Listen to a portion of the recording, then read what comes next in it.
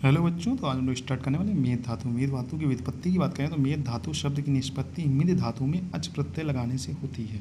इसकी अगर निरुक्ति की बात करें, मेदति स्नेहति इति मेधा, ये अमरकोश में कहा गया है। जिसके द्वारा स्नेहन कर्म होता है वह मेद धातु होता है। ठीक है। पर्याय की बात करें तो पर्याय है इसके बपा है, वसा है, मास जा है, गोदा है, मास तेज है, अस्थिकृत है इत्यादि इसके पर्याय होते हैं। मास धातु के अगर स्थान की बात करें, तृतीय मेदोधारा मेदो ही सर्वभूता नाम उदर उदर स्थम उदर उदरस्थ उदरस्थम अश्व अश्वस्थम अस्थिषु च मृतेषु च मज्जा होती। यानी कि तृतीय कला का नाम मेदोधरा कला है। मेद सभी प्राणियों के उदर में एवं छोटी अस्थियों में उपस्थित रहता है तथा बड़ी अस्थियों में मज्जा उपस्थित रहता है। यानी तृतीय कला है। कला शरीर आप नेक्स्ट में पढ़ेंगे, या कला शरीर आप मतलब फर्स्ट में ही पढ़ेंगे, आप उसमें पढ़ेंगे, रचना शरीर में पढ़ेंगे। ठीक है। कला के बारे में 7 कलाएं होती हैं, तो कौन कौन सी कला होती है, मांसधर कला, मेदधर कला, उदकधर कला, इन सब कलाओं के बारे में पढ़ेंगे। तो तृतीय जो कला है वो मेदोधर कला है। मेद सभी प्राणियों के उदर एवं छोटी संधियों में उपस्थित होता है। मतलब छोटी संधियों में अणु, यहाँ पर क्या है, अणु अस्थिषु मतलब छोटी अस्थियाँ, अणु मतलब छोटी, अस्थिषु मतलब अस्थियाँ, छोटी अस्थियों में उपस्थित रहता है तथा बड़ी अस्थियों में क्या रहता है, महतैसु च मज्जा होती। महतैसु मतलब बड़ा, बड़ी अस्थियों में क्या रहता है, मज्जा रहता है। मेदोदर कला को आधुनिक रचना शरीर के अनुसार ओमेंटम या डी फेशिया माना जा सकता है तथा वसा का संचय अधिकतर त्वचा के नीचे सबक्यूटेनियस टिश्यू में होता है। ठीक है। मेदो धातु की उत्पत्ति रसाद रक्तम ततो मासा मसान मेदतो अस्ति च अस्तिनो मज्जा तथा शुक्रम शुक्राद गर्भ प्रजायते। यानी कि जब हमने जठराग्नि से पचित होकर बना आहार रस, जब रस वह स्रोतों में पहुंचता है तब वहाँ उपस्थित रसाग्नि से इस आहार रस का पाक होता है। इस पाक के परिणाम स्वरूप सार एवं प्रसाद तथा कीट या मल की उत्पत्ति होती है। सार भाग के 2 रूप होते हैं, सूक्ष्म एवं तथा स्थूल।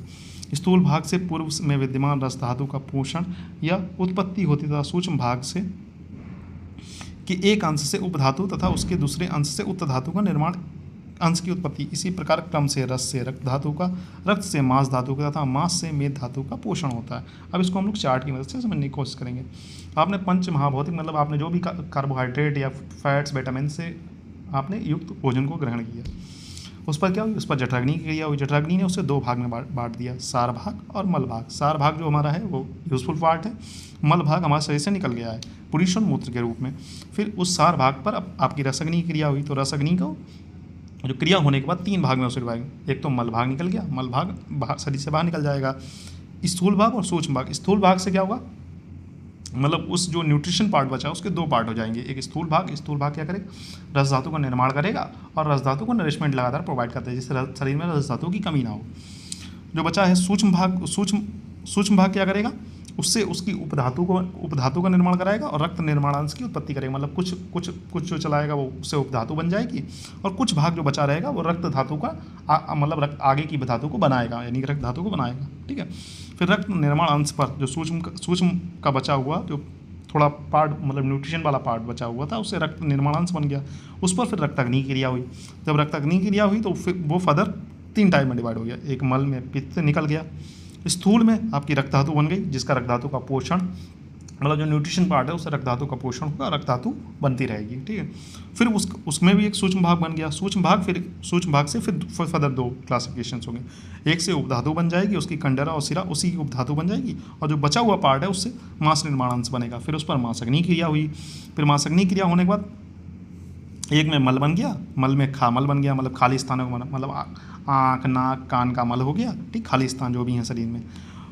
और स्थूल भाग से आपकी मांस धातु बन गई। मांस धातु का फिर यहाँ से नरिशमेंट भी हो रहा है, साथ में मांस धातु बन भी रही है। ठीक है। सूक्ष्म भाग, फिर इससे तीसरा भाग जो बन गया सूक्ष्म भाग बन गया। सूक्ष्म भाग से फिर मेद निर्माण अंश बन गया, और साथ में इसकी उपधातु बन गई। देखो इसका जो बचा हुआ बाकी जो पार्ट है उसे सूक्ष्म भाग कह दिया। फिर सूक्ष्म भाग से क्या होगा, उसकी उपधातु बनेगी षट त्वचा और वशा, मतलब त्वचाएँ की मतलब स्किन की 6 लेयर्स बनेगी, जो आचार्य सुश्रुत ने बताई हैं। और साथ में मेद निर्माण अंश बन जाएगा। मेद निर्माण अंश जब बनेगा सूक्ष्म भाग से, उस पर फिर मेदोग्नि क्रिया होगी। फिर मेदोग्नि क्रिया होगी तो क्या होगा, फिर मल भाग बनेगा, मल से स्वेद रूप में निकल जाएगा। ठीक है, शरीर से पसीने के रूप में निकल जाएगा। स्थूल भाग से क्या होगा, मेद धातु बन जाएगी, और साथ में मेद धातु का नरिशमेंट प्रोवाइड होता रहेगा। फिर उसका सूक्ष्म भाग होगा। सूक्ष्म भाग से क्या होगा, उसकी सूक्ष्म भाग से क्या होगा, अस्थि निर्माण अंश बन जाएगा और साथ में उसकी उपधातु बन जाएगी। उपधातु क्या है इसकी, स्नायु है, ठीक है। स्वेद तेजो अंबु गुणम स्निग्ध अधोरिक्तम मेदो अभिजायते। आचार्य चरक के अनुसार मांस अपनी अग्नि से पककर जब अपनी अग्नि और अपने रहने वाले जलीय गुण से युक्त हो तो उसे मेद धातु कहा जाता है। इन्होंने कहा जब मांस धातु के साथ अगर लिक्विड भी मिल जाए तो उसे मेद धातु कहा गया है, ठीक है। बेसिकली आचार्य चरक का ये कॉन्सेप्ट है, ठीक है। आधुनिक मत से मेद की उत्पत्ति आहारगत स्नेह द्रव्यों जैसे कार्बोहाइड्रेट तथा नाइट्रोजन रहित प्रोटीन से होता है। शरीर में आवश्यकता से अधिक स्नेह शरीर के वसा स्थानों में संचित हो जाता है। मेदो धातु को आधुनिक चिकित्सा विज्ञान में एडिपोस टिश्यू कहते हैं, ठीक है। अगर हम लोग मॉडर्न इसका कोरिलेशन करें तो एडिपोस टिश्यू कहते हैं इसे मेद को। मेद धातु को हम लोग क्या कहते हैं, एडिपोस टिश्यू, जो कि बॉडी में होता है, शॉक अब्जॉर्ब का काम करता है, जब इमरजेंसी पड़ती है तो उसे न्यूट्रिशन भी प्रोवाइड करता है बॉडी को, ठीक है। मेद का पंच महाभौतिक संगठन, मेद के पंच महाभौतिक संगठन, मेदो जल पृथ्वी वायतकम, मेदो आयश अम्बु भभु भूभो, ठीक है। आचार्य चक्रपाणी एवं ढलन ने मेद धातु में जल एवं पृथ्वी महाभूत की प्रधानता बताई है। इसमें कौन कौन सी महाभूत की प्रधानता बताएगी, जल और पृथ्वी महाभूत की प्रधानता बताई है, ठीक है। मेद धातु का प्रमाण क्या हो गया, दो मेदसा यानी कि दुई अंजलि इसका प्रमाण होता है, ऐसा आचार्य चरक का कॉन्सेप्ट है। मेद धातु की उपधातु मेदसा स्नायु संभवा, तो मेद धातु की स्नायु हम लोग वहीं पर पढ़ लिए थे, जो उससे जब मेद निर्माणांश बना था तो मेद जो अस्थि निर्माणांश बना था तो अस्थि निर्माणांश के साथ इसकी उपधातु भी बनी थी। तो कौन सी उपधातु बनी थी, स्नायु बनी थी। मेद धातु का मल क्या है, स्वेदस्तु मेदसा, यानी मेद धातु का मल क्या है, स्वेद है, ठीक है। मेद धातु के कार्य क्या, मेद स्नेह स्वेदो दृढ़त्तम पुष्टिम अस्थनम चा, यानी कि मेद धातु शरीर में स्नेह स्वेद और दृढ़ता को उत्पन्न करता है एवं अस्थि धातु की पुष्टि करता है, ठीक है। मेद स्नेहो मतलब आचार्य बागवण ने मेद धातु का कर्म स्नेहन करना बताया, ठीक है। मेदोवाह स्रोतस की बात करें तो मेदोवाह नाम स्रोतनाम वृक्को मूलम वपावानम चा, यानी कि मेदोवाह द्वित्रो मूलम कटी वृक्को चा। तो आचार्य चरक हैं, उन्होंने मेदोवाह स्रोतस के मूल वृक और वपावाहन को माना, वृक और वपावाहन, ठीक। वृक मतलब किडनी और वपावाहन मतलब ओमेंटम को माना इन्होंने, ठीक है। आचार्य जो सुश्रुत है उन्होंने मेदोवाह स्रोतस को युग्म बताया, यानी कि दो होते हैं इसकी मूल, कटी और वृक। कटी मतलब जो वेस्ट रीजन होता है वहाँ पर सबसे ज़्यादा एडिपोस टिश्यू होता है, जहाँ पर वेस्ट रीजन में सबसे ज़्यादा फैट होता है, ठीक है। और वृक मतलब किडनी को माना है, ठीक है। इन्होंने वृक और वपावाहन माना आचार्य चरक ने। आचार्य सुश्रुत ने जो है कटी और वृक माना है। ये आपके यहाँ पर तो इंपॉर्टेंट है ही है कि मूल कौन कौन सा है, साथ में आपके जब आप स्रोतस पढ़ोगे वहाँ रचना शरीर में वहाँ पर बहुत ज़्यादा इंपॉर्टेंट हो जाता है, ठीक है।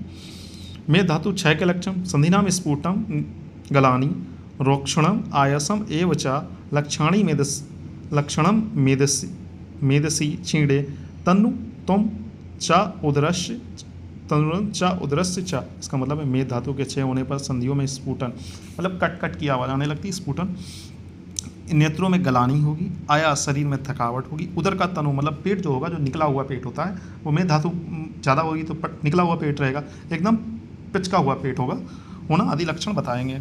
मेदो छे प्लिया अभिवृद्धि संधि शून्यता रोक्ष मेदुर्मास प्रार्थना चा। तो ये बहुत इंपॉर्टेंट है, यहाँ पर मेद छे प्लिहो वृद्धि, ठीक है, ये बहुत इंपॉर्टेंट है। ये पिछली बार 2021 बैच में पूछ लिया गया था, ठीक है, तो आपके में भी पूछ सकता है।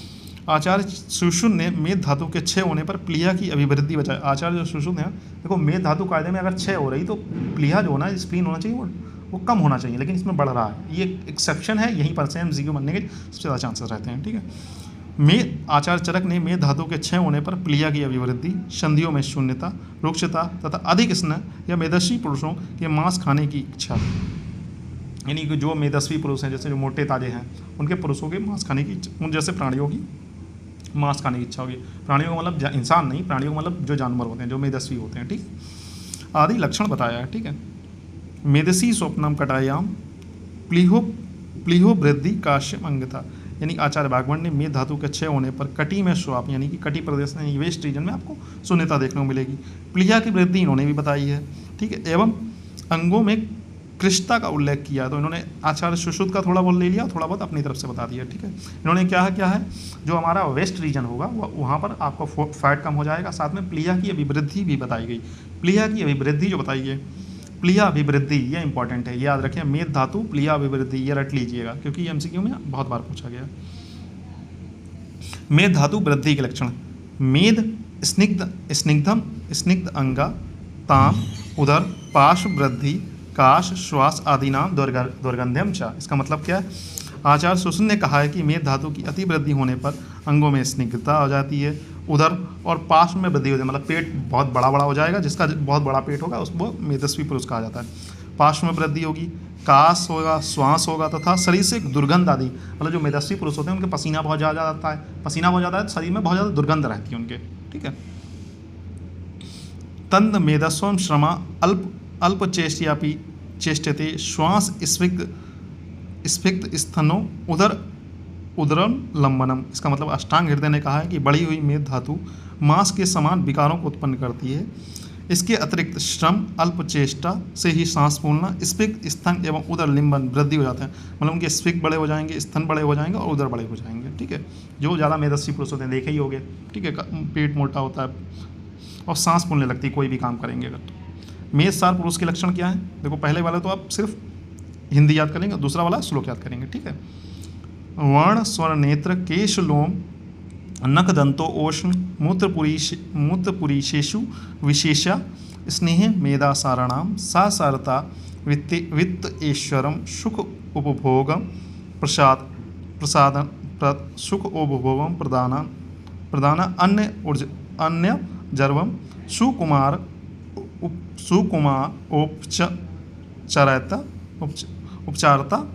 उपचारताम चाष्टे, ठीक है। इसका मतलब इसका मैंने भी जिस समय मैंने पास किया था उस समय मैंने भी इसकी सिर्फ हिंदी ही पढ़ी थी, ठीक है। आप भी सिर्फ हिंदी पढ़ सकते हैं, लेकिन अगर किसी को इंटरेस्ट है तो श्लोक लिखा हुआ है, याद भी कर सकते हैं, ठीक है। आचार्य चरक ने मेदसार पुरुष के लक्षणों में वर्ण, स्वर, नेत्र, केश, रोम, नख, दंत, ओष्ण, मूत्रपुरीश का अधिक स्निग्ध होना, इस प्रकार के सार से युक्त पुरुष धनवान, ऐश्वर्य, सुख उपभोग, ध्यानशीलता, सरलता, सुकुमारता एवं सेवा भाव से युक्त होते हैं। मतलब जो मेदस्वी पुरुष होते हैं वो अधिकतर सेवा में लगे रहते हैं दूसरों की, ठीक है। स्निग्ध मूत्र, स्वेद, स्वरम, बृहच्छ्री, आयास, आशैषीणतु मेदसा, यानी कि बहुत वृक्ष मतलब बृहद, छा की जगह ता हो जाएगा, ठीक है, अगर संधि करोगे छा की जगह ता हो जाएगा, छा की जगह ता हो जाएगा, मतलब बृहद शरीरम, शरीर, आयशम, आशैषीणतु मेदसा, ठीक है। अगर आप इसे तोड़ोगे तो वही संधि करोगे, गण संधि है इसमें, चा की जगह ता हो जाएगा तो बृहद हो जाएगा, छा की जगह सा हो जाएगा, ठीक है। तो बृहद शरीरम आयस आशैषीण, शरीरस आयस हो गया, फिर आय कटो आशैषीणतु मेदसा, ठीक है। इस तरीके से आप तोड़ के पूरा कर सकते हैं। आचार्य सुश्रुत के अनुसार मेदसार पुरुष के मूत्र कैसे होंगे? उनके श्वेद होंगे, श्वेद एवं स्वर स्निग्ध होता है। स्वर कैसा होता है? स्निग्ध होता है। तथा ये बड़े शरीर वाले, बृहद शरीरम मतलब बड़े शरीर वाले, परिश्रम, आयास, आशैषीणसु मतलब क्या? परिश्रम को सहन करने में समर्थ नहीं होते, मतलब अगर इनसे थोड़ा भी काम करा लो तो बहुत जल्दी थक जाते हैं, सांस फूलने लगती है, काम ज़्यादा नहीं कर पाते हैं, ठीक है बच्चों। फिर मिलते हैं नेक्स्ट लेक्चर में, तब तक के लिए इतना ही, ठीक है। पढ़ते रहें, मस्त रहें।